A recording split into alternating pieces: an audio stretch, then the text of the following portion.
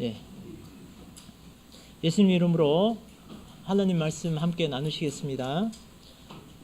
여호수아 11장 함께 찾아서 읽겠습니다. 여호수아서 11장 말씀입니다.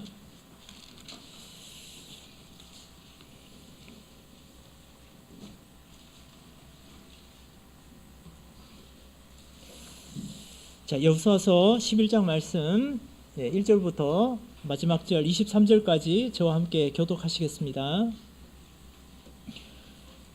다 찾으셨으면 교독하겠습니다. 하솔 왕 야빈이 이 소식을 듣고 마돈 왕 요압과 시므론 왕 악삽 왕과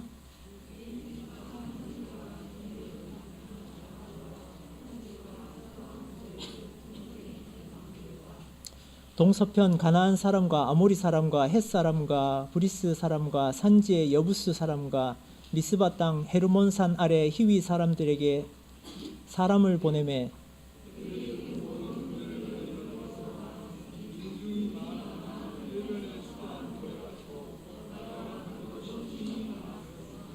이 왕들이 모여 나와서 이스라엘과 싸우려고 메론 물가에 함께 진쳤더라.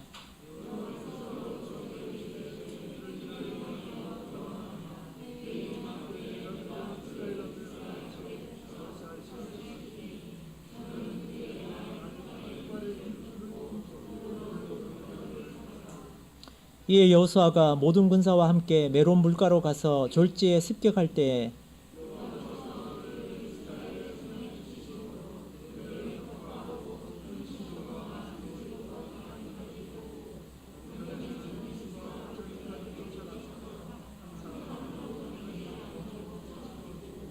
여호수아가 여호와께서 자기에게 명하신 대로 행하여 그들의 말 뒷발에 힘줄을 끊고 불로 그 병거를 살랐더라.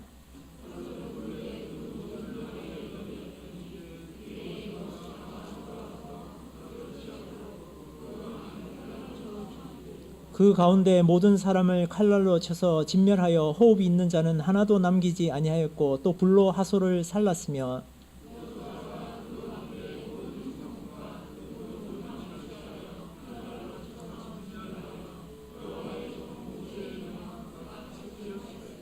여호수아가 하솔만 불살랐고 산 위에 건축된 성읍들은 이스라엘이 불사르지 아니하였으며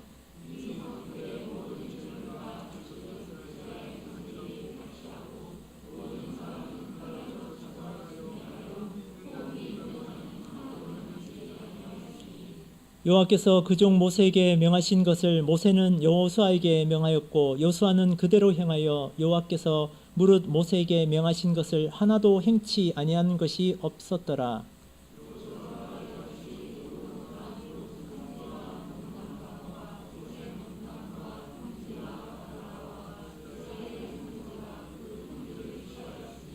곧 세일로 올라가는 한락산에서부터 헤르몬산 아래 레바논 골짜기의 바알갓까지라. 그 모든 왕을 잡아 쳐 죽였으며 기브온 거민 히위 사람 외에는 이스라엘 자손과 화친한 성읍이 하나도 없고 다 이스라엘 자손에게 쳐서 취한 바 되었으니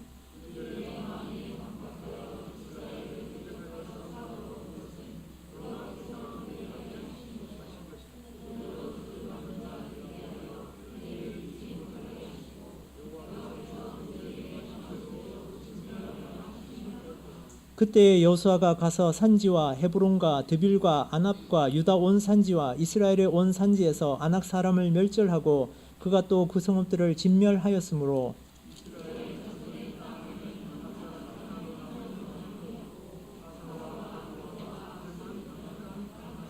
자, 함께 읽겠습니다. 이와 같이 여호수아가 여호와께서 모세에게 이르신 말씀대로 그 온 땅을 취하여 이스라엘 지파의 구별을 따라 기업으로 주었더라. 그 땅에 전쟁이 그쳤더라. 예. 오늘 여호수아 11장 말씀을 함께 읽었습니다. 이스라엘 백성들이 출애굽을 한 이후에 지난 우리 10장까지 우리가 살펴본 바로는 이제 남부 지역까지 점령하는 내용을 우리가 살펴보았습니다.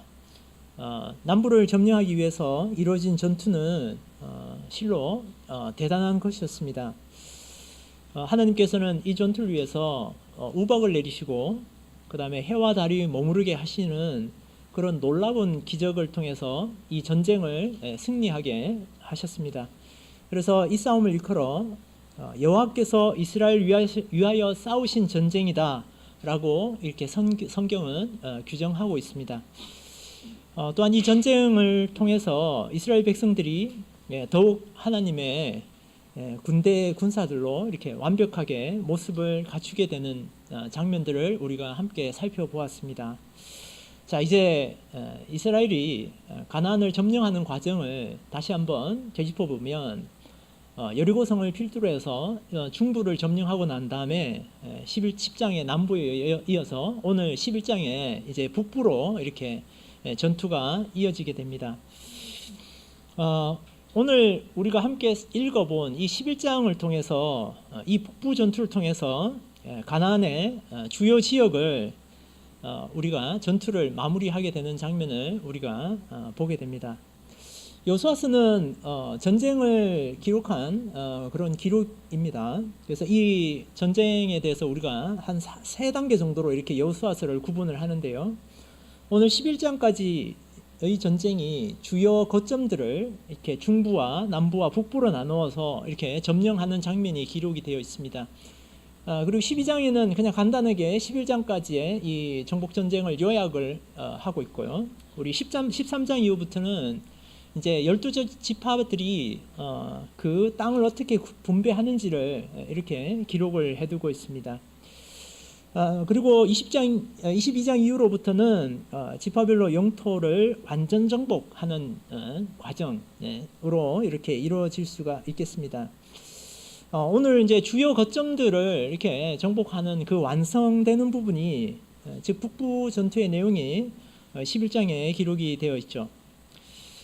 이스라엘이 가나안으로 이렇게 요단을 건너서 진격해 들어온 후에 이 가나안 족속들에게 이스라엘의 전쟁 하나하나가 마치 방송이 되듯이 이렇게 소문으로 이렇게 퍼져 나가서 그들에게 전해지게 됩니다. 이런 소문이 전해질 때마다 그들은 군사 동맹을 맺게 됩니다. 우리 남부 전쟁을 할 때 우리가 다섯 가나안 나라들이 동맹을 맺는 장면을 우리가 살펴봤는데요. 이 북부의 전쟁을 앞두고도 가나안 이방 민족들은 우두머리 역할을 했던 하솔을 중심으로 해서 이게 또다시 뭉치게 됩니다. 그런데 이번에는 그 어느 때보다 많은 가나안 대적들이 모이게 됩니다.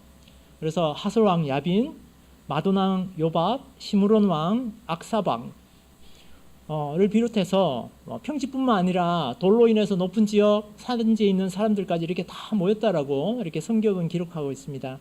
그래서 저 멀리 가나안의 가장 북쪽인 헤르몬산까지 모든 사람들을 모아서 북부 전쟁에 참여하는 가나안 이방인들의 숫자가 대단히 많았다라는 것을 우리가 11장을 통해서 알게 됩니다.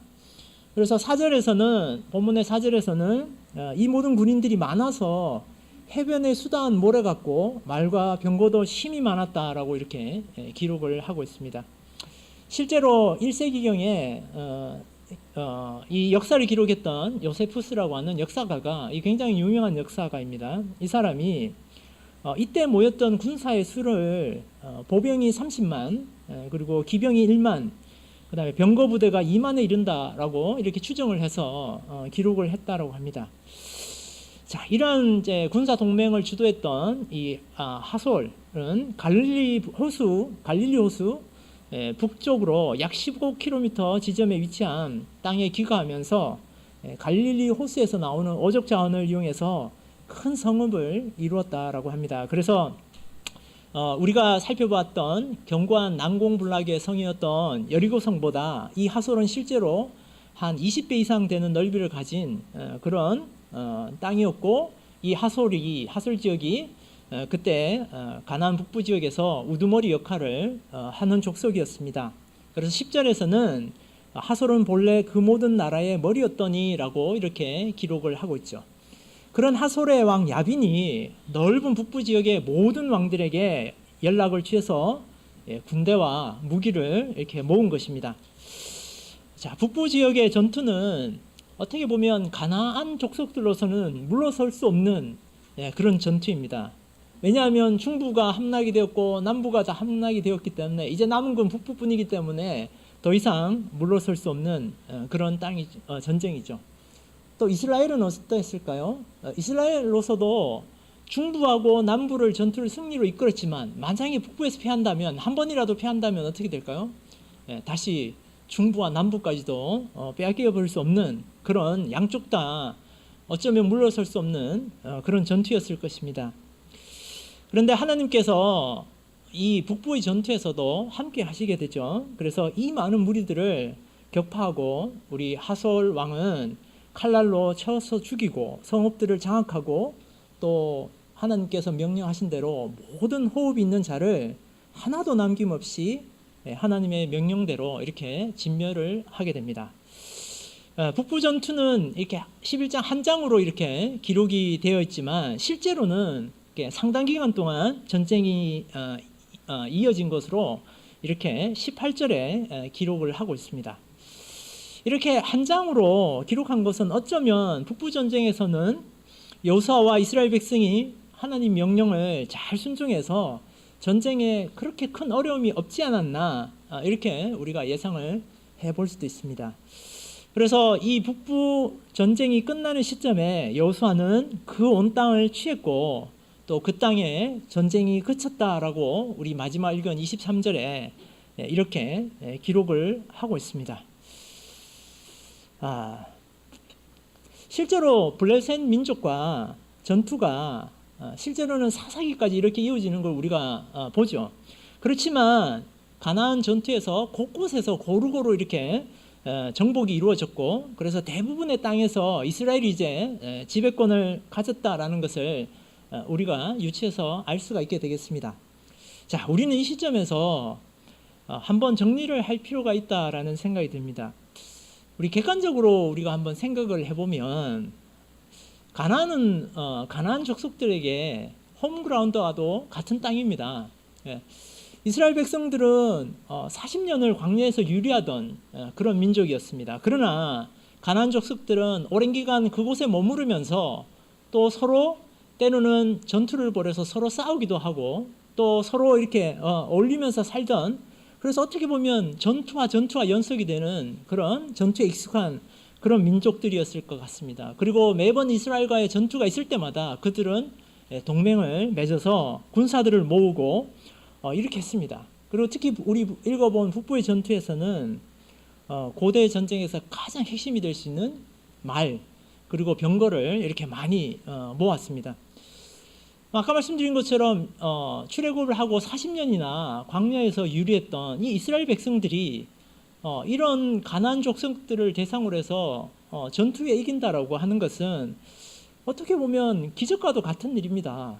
그들이 광야를 전전하면서 어떻게 무기를 모을 수 있었을까요? 그런 이스라엘 백성들이 오늘 북부까지 점령한 데는, 그래서 가나안 전체를 점령하게 된 데는 우리가 꼭 살펴보아야 되는 부분들이 있다라는 것을 우리는 알게 됩니다. 세상에서 우리 영적 전투를 살아가는 우리는 이 전쟁을 승리함으로써 그치게 만드는 그런 방법을 우리가 한번 터득해 봐야 되겠습니다. 오늘 이스라엘 백성이 북부 지역까지 전쟁을 해오는 과정에서 우리가 지난 시간에 살펴보았듯이 하나님께서 이스라엘 백성과 함께 하시고 이스라엘 백성을 위해서 직접 싸우신 때문에 이런 결과가 가능했다라는 것을 우리가 알게 되는데요. 이 전쟁을 그치게 하시는 하나님의 특별하신 방법을 우리가 함께 살펴보도록 하겠습니다. 북부 전투를 통해서 우리가 함께 살펴보도록 하겠습니다. 첫 번째는 말 뒷발에 힘줄을 끊고 병거를 불살랐다라는 기록을 통해서 우리 하나님의 특별하신 방법을 우리가 살펴볼 수 있는데요. 우리 6절을 한번 다시 읽어보겠습니다. 6절 다시 읽어보겠습니다. 자, 제가 읽겠습니다. 여호와께서 여호수아에게 이르시되 그들을 인하여 두려워 말라. 내일 이맘때에 내가 그들을 이스라엘 앞에 붙여 몰살시키리니 너는 그들의 말 뒷발에 힘줄을 끊고 불로 그 병거를 사르라. 그래서 9절에는 여호수아가 여호와께서 자기에게 명하신 대로 행하여 그들의 말 뒷발에 힘줄을 끊고 불로 그 병거를 살랐더라라고 이렇게 기록하고 있습니다. 하나님께서 아주 특별한 명령을 내리시는데요. 그것은 바로 말 뒷발에 힘줄을 끊고 병거를 불사르라라는 것입니다. 우리 4절에 살펴본 바와 같이 북부에 군사 동맹을 맺었던 이 가나안 족속들에게는 말과 병거가 심히 많았다라고 이렇게 기록을 하고 있습니다. 여러분들, 일반적인 전투에서 우리가 전투에 승리하게 돼서 얻게 되는 상대편의 무기는 굉장히 중요한 전리품 중에 하나입니다. 그래서 고대 왕들은 사람들을 전쟁으로 끌어들이는 유인책으로 이 전리품을 마음대로 차지하도록 이렇게 했다라고 합니다.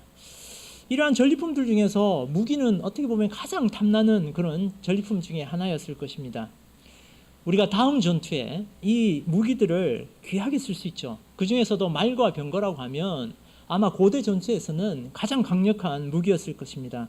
그런데 하나님께서 말 뒷발의 힘줄, 그러니까 아킬레스 건이라고 우리가 부르죠. 그걸 끊어서 말로 하여금 기동하지 못하게 만들어버리고 병거는 불살라서, 우리가 불살라버리면 병거는 형체도 남지 않죠. 그렇게 하라고 이렇게 명령하십니다. 하나님께서 도대체 왜 이런 명령을 내리셨을까요? 우리는 그 힌트를 다른 성경에서 찾아볼 수 있습니다. 우리 두 군데를 찾아보겠습니다. 먼저 신명기 17장 16절 말씀 찾아 읽어보겠습니다. 신명기 17장 16절 말씀,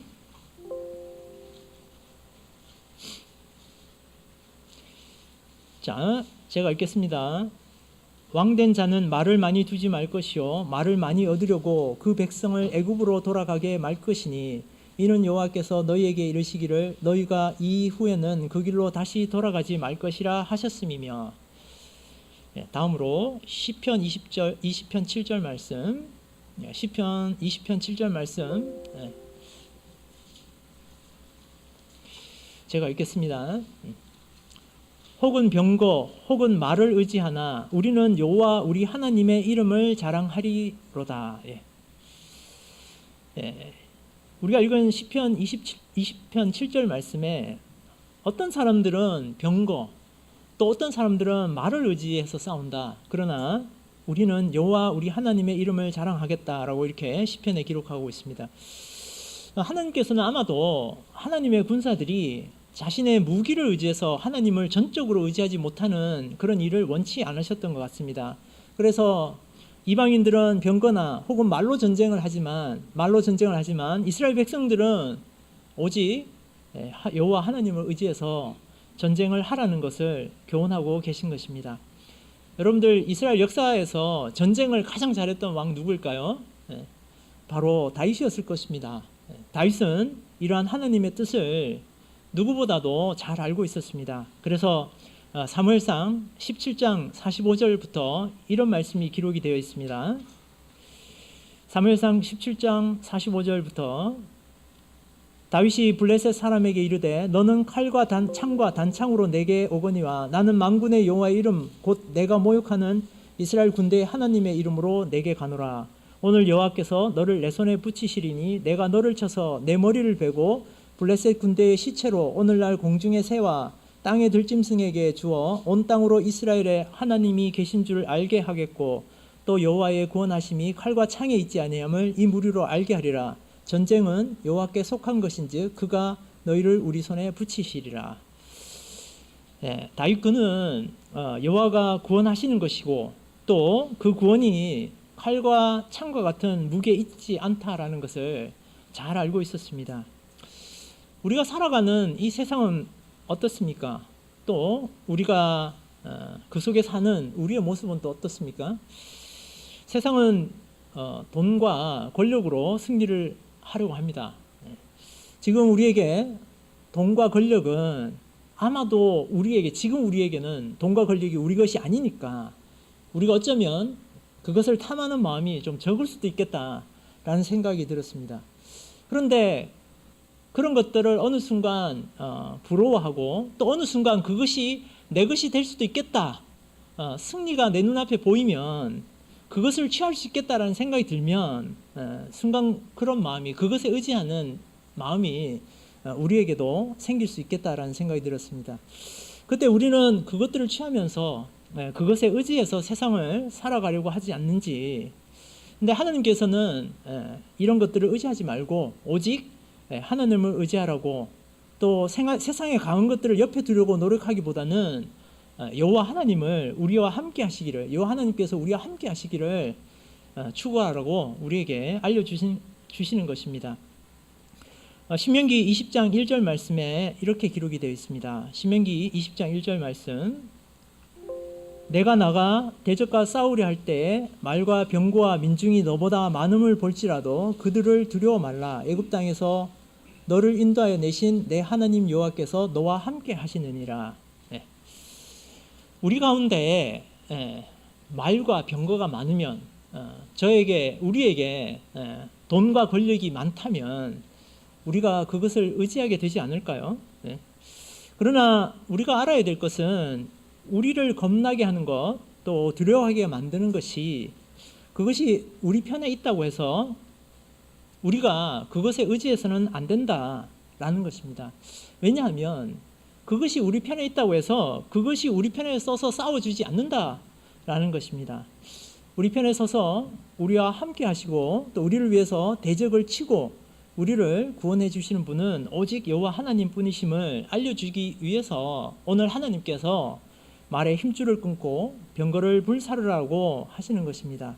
그래서 우리가 세상을 살아갈 때, 또 우리가 교회 일을 할 때 마치 말과 병거의 수를 세듯이 사람의 수와 돈의 액수를 세어서 그것에 얽매이고 교회 일을 하기보다는 그것들을 과감하게 끊어내고 오직 하나님께서 나와 함께 하심을 통해서 우리 섬김의 일을 감당하라고 오늘 하나님께서 이스라엘 백성들에게 말의 힘줄을 끊고 병거를 불사르라고 명령하셨던 것입니다.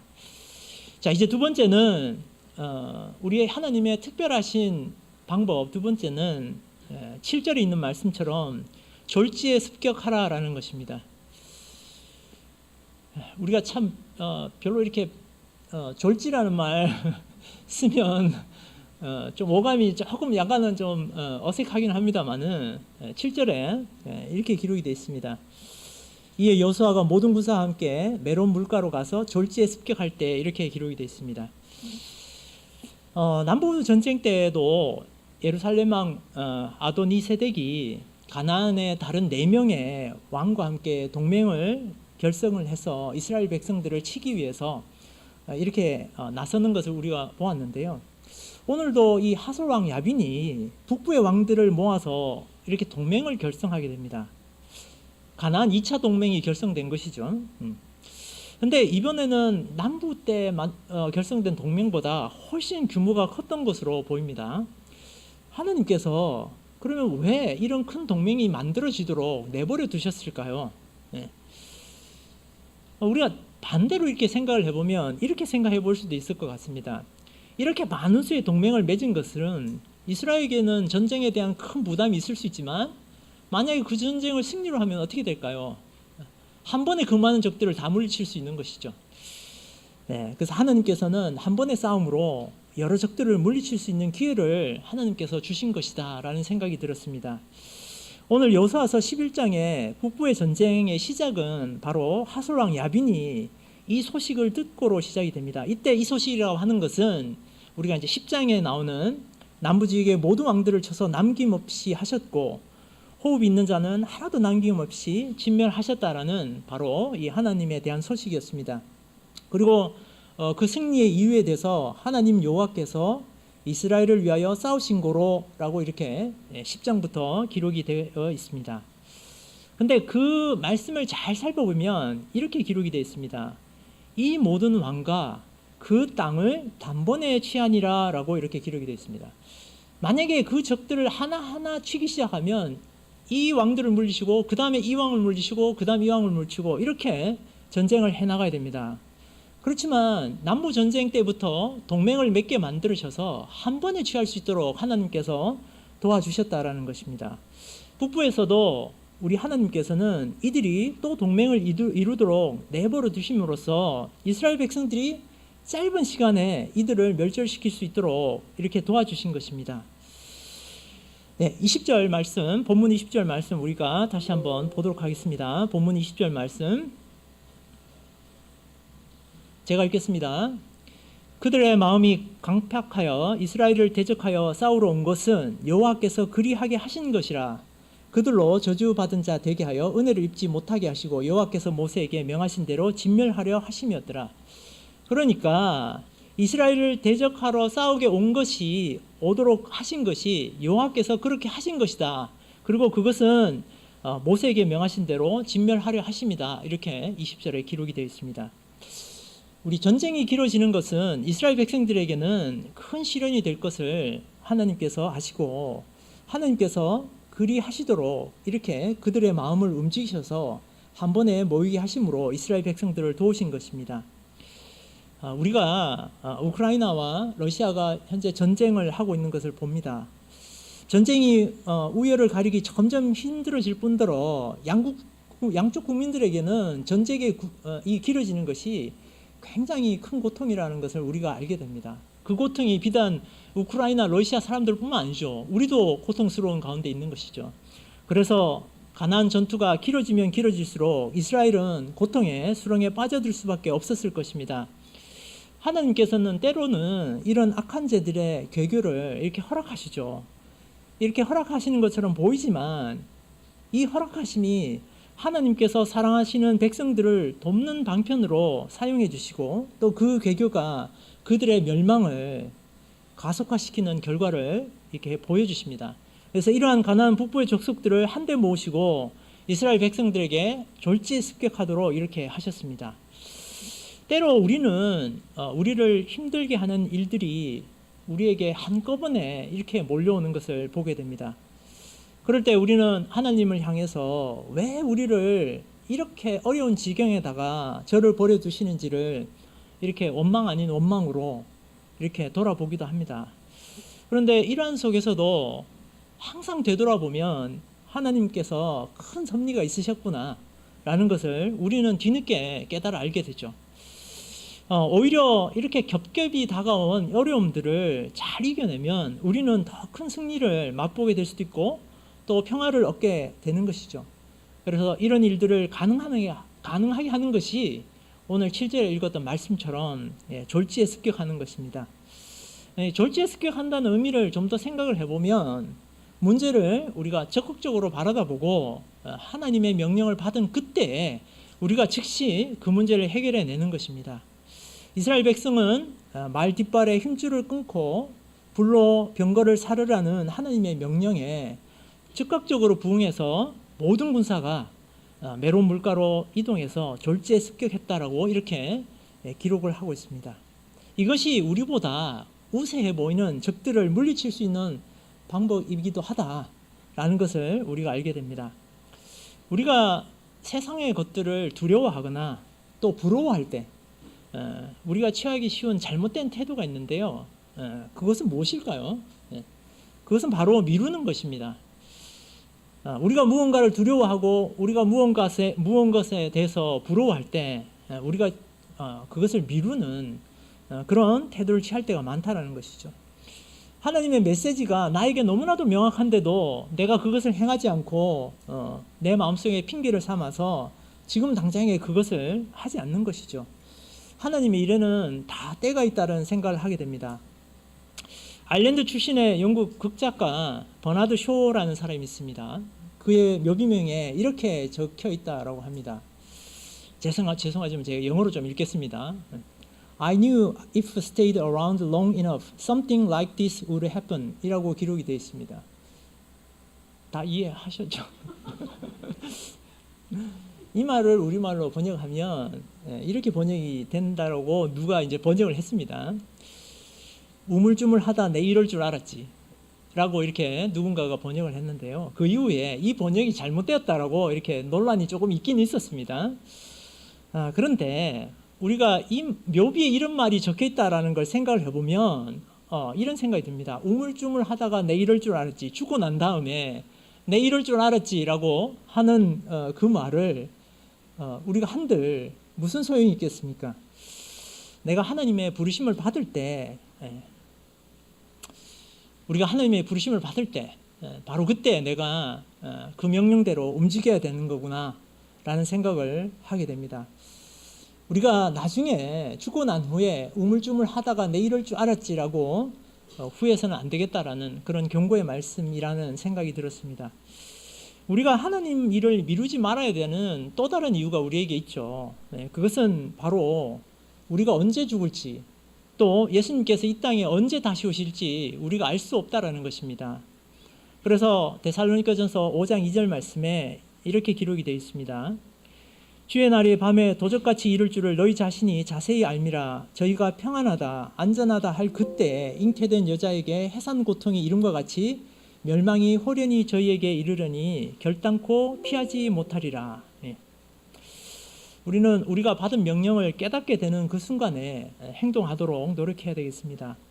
이스라엘 백성들은 졸지에 습격한 후에 그들을 격파하고 시돈과 미스르봇 마임을 지나서 미스바 골짜기까지 쫓아가서 적들을 쳐 죽였습니다. 졸지에 습격한다고 습격만 한 것이 아니고 목표를 세우면 그 목표가 이루어질 때까지 또 최선을 다하는 것이 그것을 우리에게 교훈하고 있다라는 것을 깨닫게 됩니다. 우리 밝아오는 새해에는 우리가 깨어 근신하는 마음으로 우리 주님의 일을 하기를 소망합니다. 자, 이제 세 번째는 15절 말씀에 특별한 방법이 기록이 되어 있습니다. 15절 말씀 제가 읽어보겠습니다. 15절 말씀. 여호와께서 그 종 모세에게 명하신 것을 모세는 여호수아에게 명하였고 여호수아는 그대로 행하여 여호와께서 무릇 모세에게 명하신 것을 하나도 행치 아니한 것이 없었더라. 이렇게 기록이 되어 있습니다.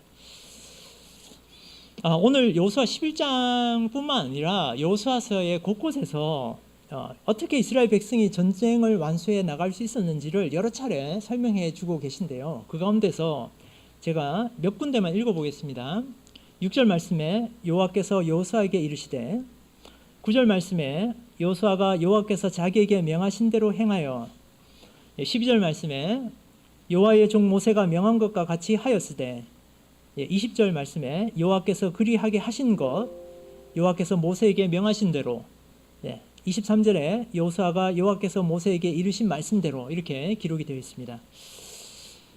이렇게 여러 차례 기록된 이 말씀의 공통점은 바로 순종을 강조하고 계신 것입니다. 한마디로 여호와는 여호와께서 여호수아에게 명령하시고 또 이스라엘 백성이 순종하면 여호와께서 모든 전쟁을 이스라엘의 손에 붙여주셨다라는 것입니다. 우리가 가나안 전쟁을 살펴보고 있습니다마는 이스라엘 백성들이 하나님께 묻고 그 말씀대로 순종할 때 승리하고 하나님의 지시를 따르지 않을 때 실패했던 것을 우리가 발견하게 됩니다. 그런데 여호수아에서 발견하게 되는 이 순종의 전제를 우리가 또 발견하게 되는데요. 아주 특별한 전제가 있습니다. 그것은 바로 하나님의 말씀이 올바로 전승되는 것입니다. 우리가 읽었던 15절 말씀에 다시 보면 이렇게 되어 있죠. 여호와께서 그 종 모세에게 명하신 것을 여호와가 모세에게 명하신 것을 모세는 여호수아에게 명하였고 그 다음에 여호수아는 그대로 행하여 여호와께서 무릇 모세에게 명하신 것을 하나도 행치 아니한 것이 없었더라. 여호와께서 모세에게, 모세는 여호수아에게, 여호수아는 이스라엘 백성에게, 그래서 이스라엘 백성들이 그 명하신 것을 지켰다라는 것입니다.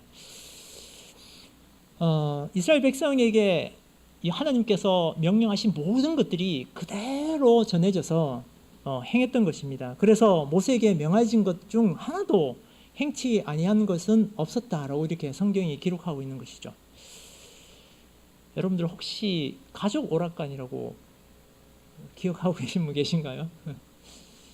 고개 끄덕이시는 분들은 대체로 연세가 많으신 분들로 거기 옛날에 가족 오락관 중에 고요 속의 외침이라고 하는 이런 게임이 있었어요. 이게 뭐냐면 이제 전부 다 헤드폰 끼고 이제 맨 앞 사람한테 단어를 하나 가르쳐주면 그 사람이 이제 전부 다 헤드폰 끼고 있으니까 이제 말을 크게 하죠. 그 단어를. 근데 그 뒤에 인여받는 사람들은 헤드폰 끼고 막 큰 소리가 헤드폰 속에서 나오고 있으니까 입모양만 보고 그 말을 그 다음 사람에게 전달해주고 이렇게 이제 마지막 사람에게 이렇게 전달을 하게 됩니다. 그래서 첫 사람한테 단어를 왕자라고 하는 단어를 보여줬어요. 그래서 이 사람이 크게 왕자라고 얘기를 합니다. 근데 뒷사람은 못 듣죠. 입모양만 보죠. 그래서 그 뒷사람한테 황사라고 알려줍니다. 예. 그러고 난 다음에 그 뒤에 사람이 받아서 과장이라고 알려줍니다. 예. 그러고 난 다음에 마지막 사람이 이제 정답을 얘기하는데 환자라고 이렇게 알려줍니다.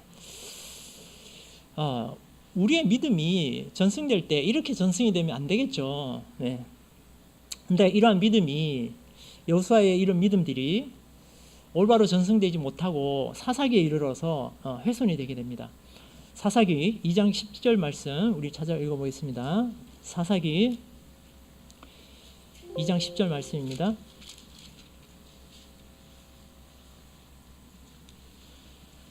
사사기 2장 10절 말씀 제가 읽어보겠습니다. 그 세대 사람도 다 그 열조에게로 돌아갔고 그 후에 일어난 다른 세대는 여호와를 알지 못하여 여호와께서 이스라엘을 위하여 행하신 일도 알지 못하였더라.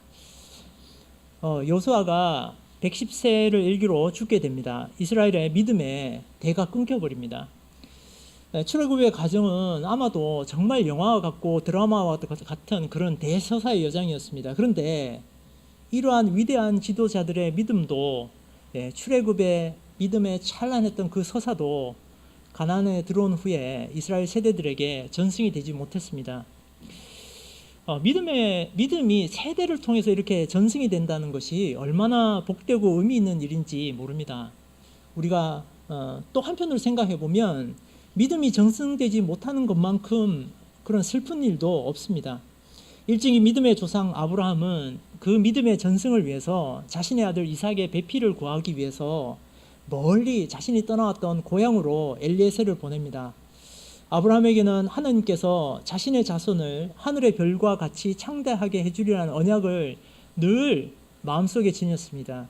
그래서 그 자손들도 하나님의 백성이어야 된다라고 생각을 했습니다. 그래서 아브라함 그는 가나안 족속 가운데서 이삭의 배필을 찾지도 않았습니다.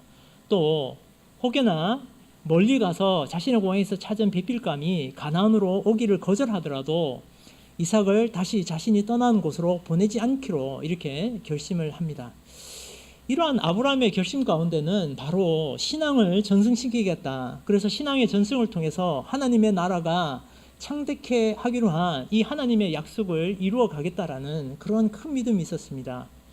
신약에 와서 바울 사도는 이 믿음의 세대 전승이라고 하는 사명을 잘 인식하고 있었습니다. 그래서 자신이 교회로 이끌어왔던 사람들을 자신의 믿음의 자녀로 이렇게 표현을 하고 있습니다. 그래서 고린도전서 4장 14절부터 읽은 말씀에 이렇게 기록이 되어 있습니다.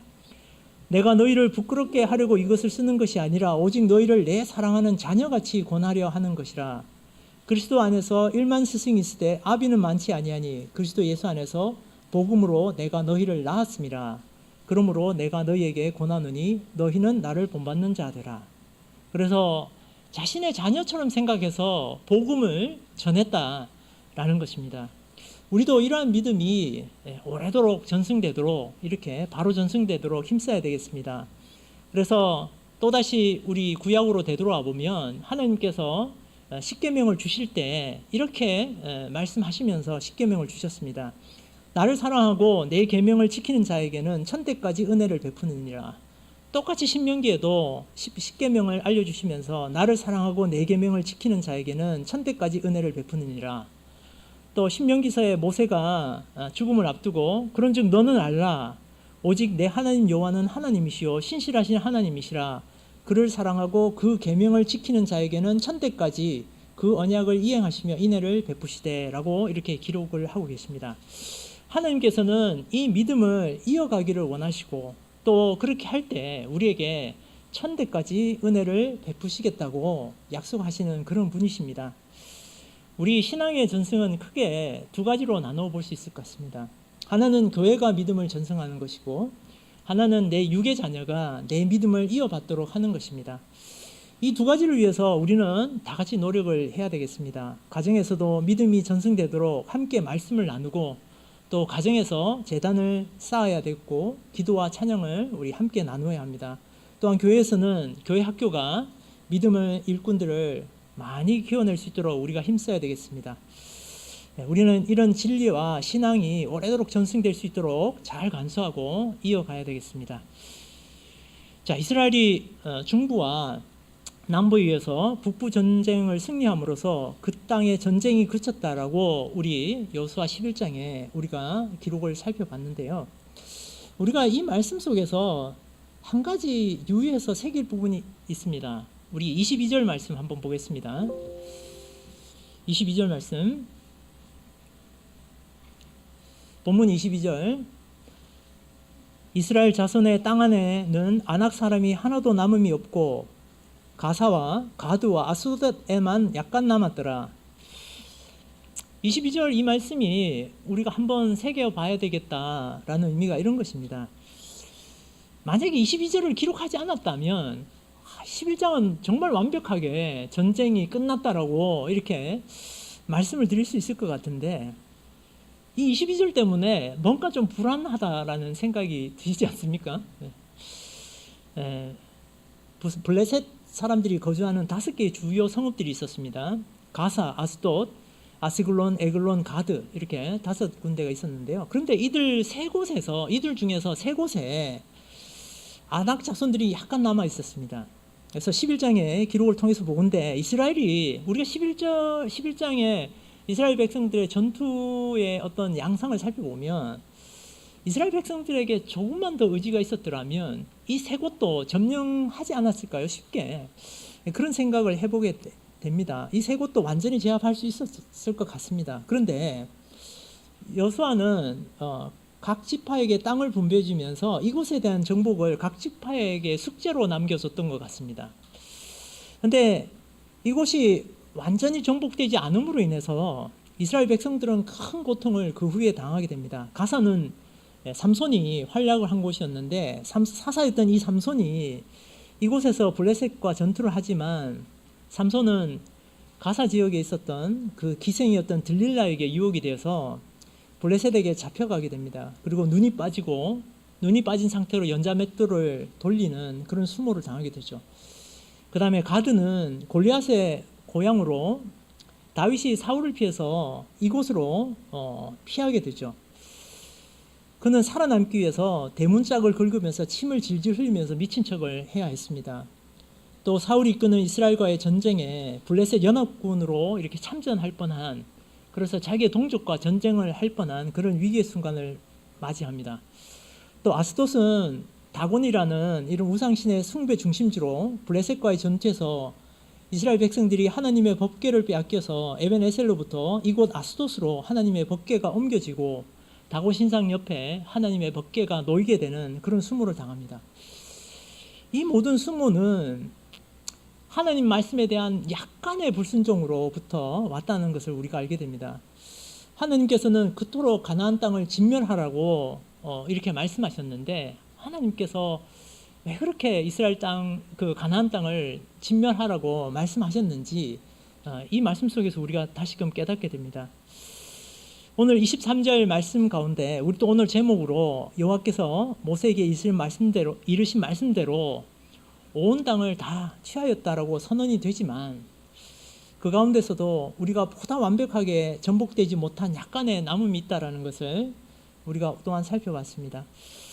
우리의 믿음이 더욱 완벽해져서 이러한 약간의 남음도 허락하지 않는 그런 믿음으로 자라날 수 있기를 한번 소망해 봅니다.